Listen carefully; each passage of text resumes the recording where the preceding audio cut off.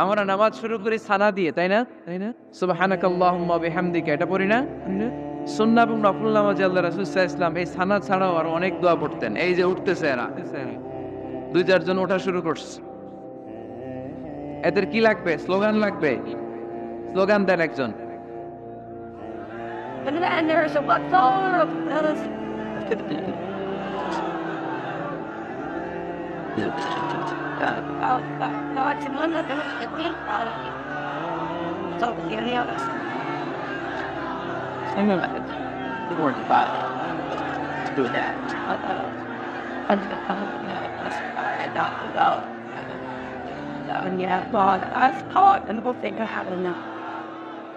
বিপ্লব, বিপ্লব। ফজরের সময় খাতার নিচে। ইসলামী বিপ্লব, ফজরের সময় আমি কম্বলের নিচে। এরকম ডাকাইতে আছে না নাই? না, এরকম না। সব জায়গায় আগে থাকতে হবে, নামাজেও আগে, ময়দানেও আগে, ঠিক কি না? এরাই আসল মুসলমান। শুধু বিপ্লব, বিপ্লব, ইসলামী বিপ্লব। ফজরের সময় মুসল্লি নাই মসজিদ, এরা ইসলামী বিপ্লব করে ফেলতেছে। ফজরের সময় বিপ্লব করতে হবে। বিপ্লব, বিপ্লব, ফজর নামাজের বিপ্লব, ঠিক কি না? মুসল্লি শূন্য মসজিদ, ফজরের সময় মুসল্লি নাই। আমাদের দেশে দেখেন, ফজরের নামাজ পড়া সুন্নত না? কি জুমার নামাজ পড়া ফরজ। এটাও ফরজ, ওইটাও ফরজ। জুমার নামাজের জায়গা পাওয়া যায়? পাওয়া যায়। পাক্কা মুসল্লি একটু দেরি করে গেলে উনি 3 তলার জায়গা পায় না, অন্য সিজনাল মুসল্লিদের ভিড়ে, ঠিক কিনা? ঠিক কিনা? এটাও ফরজ, ওইটাও ফরজ। কিন্তু ফজরের নামাজের কি অবস্থা? ইসুবের খেলে কি অবস্থা বলেন? এটা হইলো আসল ওয়াজ। হ্যাঁ, কি অবস্থা? ইমাম সাহেব হুজুর কই?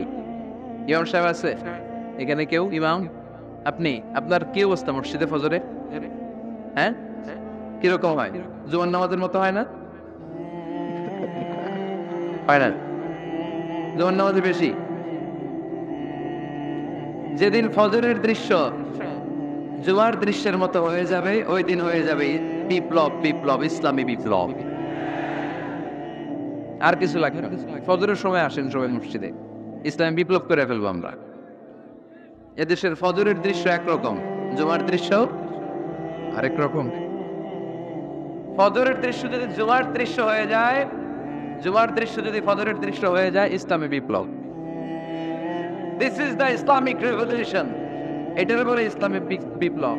অমুকের দালাল, অমুকের দালাল, ইসলামী বিপ্লব সব কোপায় ফেলামো। ফজরের সময় আমি নাই,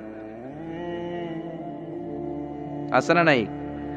ফজরের সময় আসেন, এরপরে বিপ্লব করবো আমি, ইনশাআল্লাহ। পড়েন। এজন্য আল্লাহর হাবিব তাকবীরে তাহরিমা বাঁধার পরে সানা পড়তেন, মাঝে মাঝে পড়তেন ওয়াজ্জাহাতু ওয়াজহিয়া লিল্লাযী ফাতারাস সামাওয়াতি ওয়াল আরদা হানিফান ওয়া মা আনা মিনাল মুশরিকিন। এখানে অনেক দোয়া পড়তেন। আল্লাহুম্মা বাঈদ বাইনি ওয়া বাইনা খাতায়ায়া কামা বাআদতা বাইনাল মাশরিকি ওয়াল মাগরিব। আল্লাহ, আমার আর আমার গুনার বোঝার মধ্যে এত দূরত্ব করে দাও, পৃথিবীর পূর্ব প্রান্ত আর পশ্চিম প্রান্তের মাঝখানে তুমি যত দূরত্ব রেখেছো। সুবহানাল্লাহ পড়েন। আমার পাপগুলোকে তুমি সাদা ধবধবে ঠান্ডা বরফের পানি দিয়ে ধুয়ে মুক্ত করে দাও। ও আল্লাহ, আমারে তুমি নিষ্পাপ বানিয়ে দাও। এই নামাজের শুরুতে এই দোয়াগুলো করলে কবুল করে কে? নামাজের মধ্যে আরেকটা জায়গা আছে দোয়ার, সেজদায়।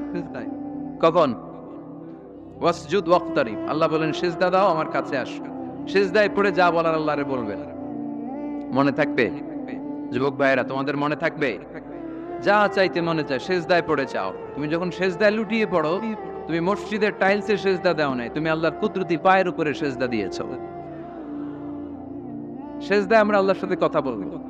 সর্বশেষ সালাম ফিরানোর আগে দোয়া করলে কবুল করে কে? লা ইউসাল্লিমান্না আহাদুকুম হাত্তা ইয়াতাআওয়াযা আন আরবা। 4টা জিনিস থেকে পানাহ না আছে আমার কোন উম্মত যেন সালাম না ফিরায়। সবাই যেন পড়ে আল্লাহুম্মা ইন্নী আউযু বিকা মিন আযাবিল কবর, আউযু বিকা মিন আযাবি জাহান্নাম, আউযু বিকা মিন ফিতনাতিল মাহইয়া ওয়াল মামাত, আউযু বিকা মিন ফিতনাতিল মাসিহিদ দাজ্জাল। পড়েন আমিন। দোয়া মাসুরা পড়ে এই দোয়াটা পড়ে সালাম ফিরাবেন। কবুল করবে কে? জুমার দিনে, আজকে কি বার? আজকে তো জুমাবার। এই জুমার দিনে আল্লাহর হাবিব বলেন একটা সময় আছে, ওই সময় বান্দা যাই চায় আল্লাহ তাই দেয়। ওই সময়টা কখন, এই নিয়ে মুহাদ্দিসিন ইকরামদের মধ্যে ইখতিলাফ। সবচেয়ে গ্রহণযোগ্য মত হচ্ছে আসরের পর থেকে শুরু করে সূর্য ডোবার আগ পর্যন্ত ওই মুহূর্তে দোয়া করবেন। এই সময়গুলো নোট করে রাখবেন, এই সময় চাইলেই আল্লাহ দিয়ে দেয়। এরপর আল্লাহর হাবিব বললেন কদরের রাত্রে দোয়া করলে কবুল করে কে? আমরা বাংলাদেশে শুধু 27 পালন করি, বাকি 5 দিনের খবর নাই। এরকম আছে না নাই? 21, 23, 25, 27, 29 এই 5টা বেজোর রাতে, যে কোনো রাতে কদর হয়ে যেতে পারে। আমরা নামাজ পড়ি কোন রাতে? 27। সারা রাত কানতে কানতে শেষ, ওদিকে কদর চলে গেছে 23 তারিখ। আছে না নাই? হতে পারে। বুদ্ধিমান মুমিনের কাজ হচ্ছে বেজোর 5 রাত্রিতে, শেষ দশকের 5 বেজোর রাত্রিতে এক সমান তালে ইবাদত করা, যাতে কোনো ক্রমে কদরের বরকত ছুটে না যায়। এরপর আল্লাহর হাবিব বললেন কেউ যদি কোরআন খতম করে, কোরআন খতমের পরে যে ব্যক্তি দোয়া করবে তার দোয়াটা কবুল করে কে? মান খাতামাল কোরআন ফালাহু দাওয়া মুস্তাজাবা। কোরআন খতম করার পরে দোয়া করলে আল্লাহ দোয়া কবুল করে। হজের ময়দানে দোয়া করলে কবুল করে কে? আরাফাতের ময়দানে দোয়া কবুল হয়। তাওয়াফ করা অবস্থায় দোয়া করলে কবুল হয়। জামজামের পানি খেয়ে মা উ জামজাম লিমা শুরিবালা, যেই নিয়তে জামজামের পানি খায় ওই নিয়ত কবুল করে কে? মুজদালিফায় দোয়া আল্লাহ কবুল করেন, মাতাফে কবুল করেন, মুলতাজামে কবুল করেন। কাবা ঘরের হাজরে আসওয়াদের কর্নার, কাবা ঘরের দরজা, দুই জায়গার মাঝখানে একটা জায়গা আছে, এটার নাম মুলতাজাম। এইখানে হয় ধাক্কা ধাক্কি, সুযোগ হলে ওইখানে দাঁড়িয়ে ওইখানে টাচ করে শরীরে লাগিয়ে দোয়া করবেন, কবুল করবে কে? কিন্তু সুযোগ পাওয়া যায় না। এক মাওলানা সুযোগ পাইছিল, ধাক্কা ধাক্কি করে কোন রকম গেছে, যে একটা দোয়া করছে আল্লাহর কাছে, আল্লাহ জীবনে যা দোয়া করছিলাম আর যা করবো সব কবুল করে নাও। এই দোয়া করার সাথে সাথে খাইছে এক ধাক্কা, এই অনেক দূর, তো কাম হয়ে গেছে, সমস্যা নাই। দোয়াটা কি করছিল? কি করেছিল? আল্লাহ জীবনে যত দোয়া করেছি আর যত দোয়া করব সব তুমি কবুল করে নিও। একটা দোয়া করছে উনি। মুলতাজাম ধরে কয় দোয়া করছে? এক দোয়া। কারণ কয়টা চাবে ওখানে, আল্লাহ এটা দাও ওইটা দাও, চাওয়ার সময় আছে? ওইখানে খালি ধাক্কা ধাক্কি। এজন্য উনি একটা চাইছে, আল্লাহ যা জীবনে চাইছিলাম আর যা চাবো সব তুমি কবুল করে নিও, এটাই চাই, আর কিছু চাই না। সুবহানাল্লাহ পড়তে পারলেন না? শেষ কথা বলি এবার, দোয়া কবুলের 5টা শর্ত। এই কথা বলে আজকের আলোচনা শেষ। সবাই এবার অনেক খুশি। কয়টা শর্ত? জোরে বলেন। ধৈর্য আছে মাশাআল্লাহ, ওঠা নাই তেমন, মাঝে মাঝে একটু ধমক দিয়ে যাতে না ওঠে, বেশি বিশৃঙ্খলা করে ফেলে। এখন আবার ঠান্ডা হয়েছে। কয়টা শর্ত মনে থাকবে? এই যারা বলেন দোয়া কবুল হয় না, দেখেন নিজেদের সাথে মিলে কিনা। এই 5টা শর্ত যদি পাওয়া যায়, মুহূর্তেই আপনার দোয়া আরশে যে নক করবে। 1 নাম্বার শর্ত আকলুল হালাল, হালাল খাওয়া। কি খাওয়া? আমরা দুইটাই খাই, হালালও খাই হারামও খাই। বেশি খাই কোনটা? হ্যাঁ, কি গান? আমি কই নাই কিছু, আপনারাই কইছেন। নিজের উত্তরে নিজে ধরা না। হারাম খেলে তো দোয়া কবুল হয় না। লা ইয়াদখুলুল জান্নাতা জাসাদুন গুযিয়া বিল হারাম। ওই দেহ কখনো জান্নাতে যায় না যে দেখো হারাম খেয়ে বর্ধিত হয়েছে। কেন দোয়া কবুল হয় না? মিলিয়ে নেন নিজের জীবনের সাথে, জাস্ট একটু মিলিয়ে নেন, খেয়াল করেন। আকলুল হালাল 1 নম্বর শর্ত। ইউর ইনকাম শুড বি হালাল, ইউর ফুড শুড বি হালাল, ইউর ড্রিঙ্কস শুড বি হালাল, ইউর ফ্ল্যাট শুড বি হালাল, your bank balance should be হালাল। চিল্লায় বলেন ঠিক কি না? এক লোক কাবার চারপাশে শুধু দোয়া করে, ইয়া রব ইয়া রব, ও আমার রব তুমি আমারে মাফ করে দাও, তুমি আমারে মাফ করে দাও। এই সাহাবীর কান্নাকাটি দেখে, এই লোকের কান্নাকাটি দেখে অন্য সাহাবারা বলল আজকের সব সওয়াব এই লোকই নিয়ে যাবে, সব সওয়াব তো আজকে ওনার। এর দোয়া কবুল। আল্লাহর হাবিব বললেন ওয়া মাতআমুহু হারাম, ও যা খায় হারাম খায়। ওয়া মাশরাবুহু হারাম, যা পান করে হারাম। মালবাসুহু হারাম, তার ড্রেস আপ এটা হারাম টাকা থেকে আসে। ফাআন্না ইউস্তাজাবু লাহু, কেমন করে আল্লাহ ওর দোয়া কবুল করবে? আল্লাহর টাকা পড়ছে নাকি? দোয়া চাইতে হয়, মুরব্বীদের কাছে দোয়া চাইতে হয়, আব্বা আম্মার কাছে দোয়া চাইতে হয়। আব্বা আম্মার দোয়া আল্লাহ ফিরিয়ে দেয় না। দোয়া চাইতে দেরি, দোয়া কবুল করে নেয় কে? আমরা আব্বা আম্মারে রেখে দিয়ে অমুক দরবারে যাই, অমুক দরবারে যে দোয়া চাই। আসল বড় দরবার যে আমার ঘরে, এটাই বলে যাই। আমার আব্বার চেয়ে বড় কোনো পীর সাহেব আমার জন্য হতে পারে, আমার মায়ের চেয়ে বড় দোয়াকারী আমার জন্য পৃথিবীতে থাকতে পারে? পৃথিবীর সবাই মিলে, সব আল্লাহর ওলিরা মিলে কোরআন খতম দিয়ে এখানে ফু দিল একটা গ্লাসের পানির ভিতরে, আপনার আম্মা কিংবা আব্বা শুধু বিসমিল্লাহ বলে আরেকটা গ্লাসের পানির মধ্যে ফু দিল, মায়ের দোয়াটা মুহূর্তেই কবুল করে নিবে কে? আম্মা আব্বার চেহারার দিকে তাকালেই কবুল হজের সওয়াব দেয় কে? হজ করে আসছেন কারা কারা দেখি?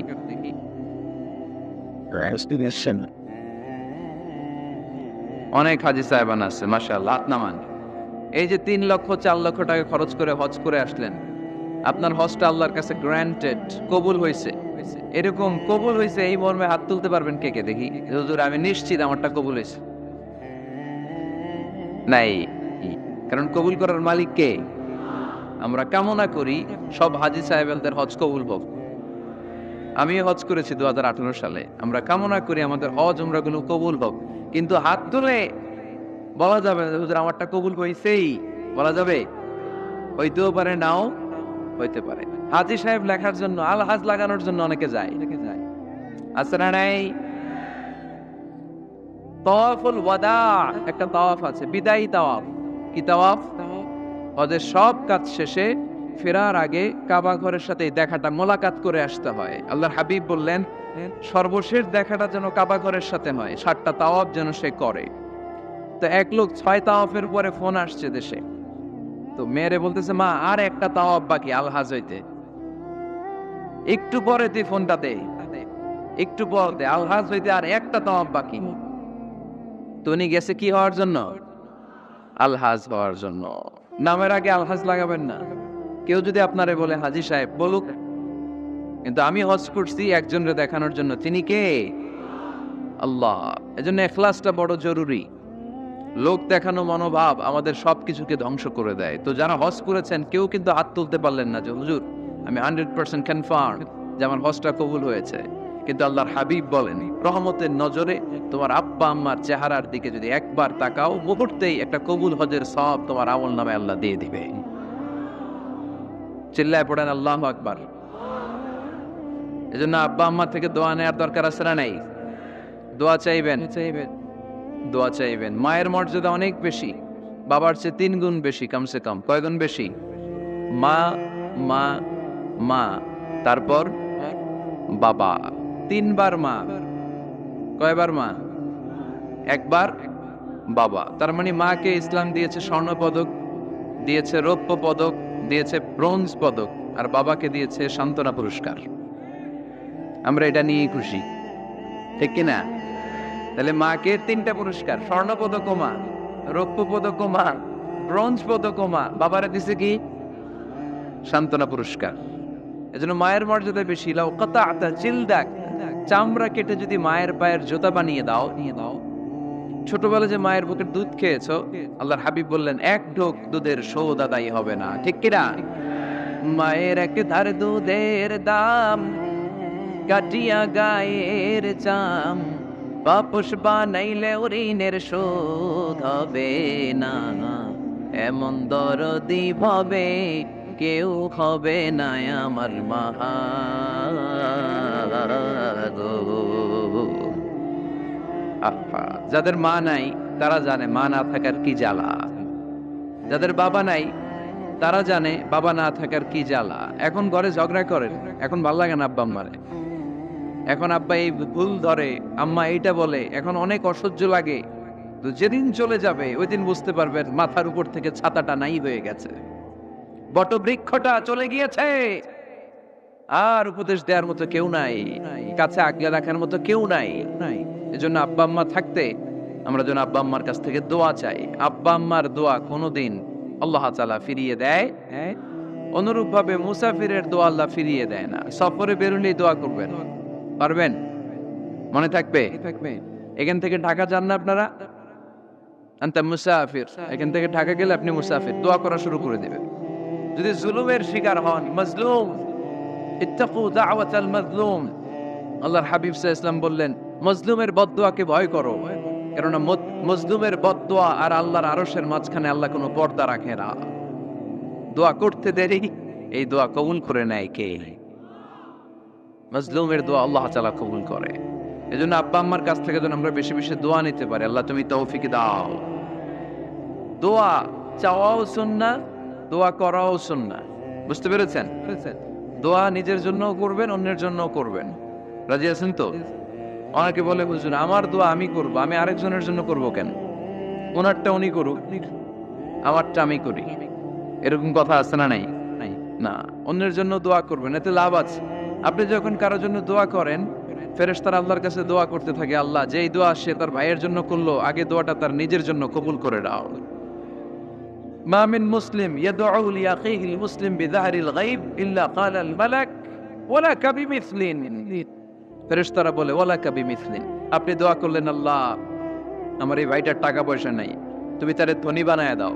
ফেরেশতারা তখন বলে ওয়ালা কাবিমিসলিন, মানে আল্লাহ যিনি দোয়া করতেছে আগে তারে ধনী বানিয়ে দাও। সুবহানাল্লাহ কইতে পারলেন না? আরো জোরে বলেন সুবহানাল্লাহ। একটানা ডর করি কওয়াজি সুবহানাল্লাহ। এবার বেড়ে গেছে আওয়াজ। একটানা ডর করি হওনাবাজি, এইটা বললে কক্সবাজারের বাইরে বলতে পারে। ডর করি কইতে হবে বড় বড় করে। আপনার ভাই অসুস্থ, আপনি দোয়া করলেন আল্লাহ আমার ভাইটা অসুস্থ, তারে তুমি সুস্থ করে দাও। ফেরেশতারা বলে ওয়ালা কাবিমিসলিন, মানে আল্লাহ যিনি দোয়া করতেছো তার কোনো রোগ বালাই থাকলে আগে তারে সুস্থ করে দাও। তো এজন্য অন্যের জন্য দোয়ার দরকার আছে না নেই? আল্লাহর হাবিব সাল্লাল্লাহু আলাইহি ওয়াসাল্লাম বললেন দোয়া মুখুল ইবাদা, দোয়া হচ্ছে ইবাদতের নির্যাস। নামাজ পড়লেন, রোজা রাখলেন, যাকাত দিলেন, কিন্তু দোয়া করলেন না, তার মানে আসল নির্যাসটা আপনি মিস করলেন, ঠিক কি না? আরেক বর্ণনায় এসেছে আদ-দুআ হুয়াল ইবাদা, দোয়াটাই নাকি ইবাদত। দোয়া যে করতেছেন এটাই ইবাদত, আওয়াজ করে পড়তে হবে আল্লাহু আকবার। এজন্য প্রতিটা সালাতে যখন আমরা নামাজে দাঁড়াই, যখন মুসল্লায় দাঁড়াই, আমরা যখন সূরাতুল ফাতিহা পড়ি, এর মধ্যে আল্লাহ একটা দোয়া শিখিয়েছেন, পড়েন ইহদিনাস সিরাতাল মুস্তাকিম, ইহদিনাস সিরাতাল মুস্তাকিম। ও আল্লাহ, show us the right path, show us the correct path। আল্লাহ আমাদেরকে সহজ সরল সোজা পথ দেখান। আল্লাহর হাবিব সাল্লাল্লাহু আলাইহি ওয়াসাল্লাম একবার খেজুর গাছের ডাল দিয়ে মরুভূমিতে একটা টান মারলেন, সোজা একটা টান, আর ডানে বায়ে অনেকগুলো দাগ কাটলেন। আল্লাহর হাবিব বললেন ডানের ছোট ছোট রাস্তাগুলো শয়তানের রাস্তা, ওরা হাতছানি দেয়। আসো নাচের অনুষ্ঠানে আসো, গানের অনুষ্ঠানে আসো, মদের আড্ডাখানায় আসো, জুয়া খেলাতে আসো, ওইদিকে যাওয়া যাবে না। মুমিনের রাস্তাটা সোজা, এটা সিরাতুল মুস্তাকিম। এই রাস্তায় যদি একবার উঠে যান, ডানে বায়ে কোনো মোড় নাই, খালি চলবে, খালি চলবে, ইউ টার্ন নাই, কোনো চৌমুহনী নাই। এই রাস্তা শুরু হয়েছে দুনিয়াতে, এই রাস্তার শেষ মাথা ঢুকে গিয়েছে জান্নাতে। এজন্য প্রতিদিন সালাতে আমরা পড়ি আল্লাহ তুমি আমাদেরকে সরল সঠিক পথ দেখাও। আমরা যদি কোনোদিন রাস্তা হারিয়ে ফেলি, আমাদেরকে রাস্তা দেখায় কে? আমি যদি কোনোদিন পথ ভুলে যাই, হাত ছানি দিয়ে কাছে নিও, মমতার বন্ধনে আমায় বেঁধে সব ভুল ক্ষমা করে দিও। পড়েন আমিন।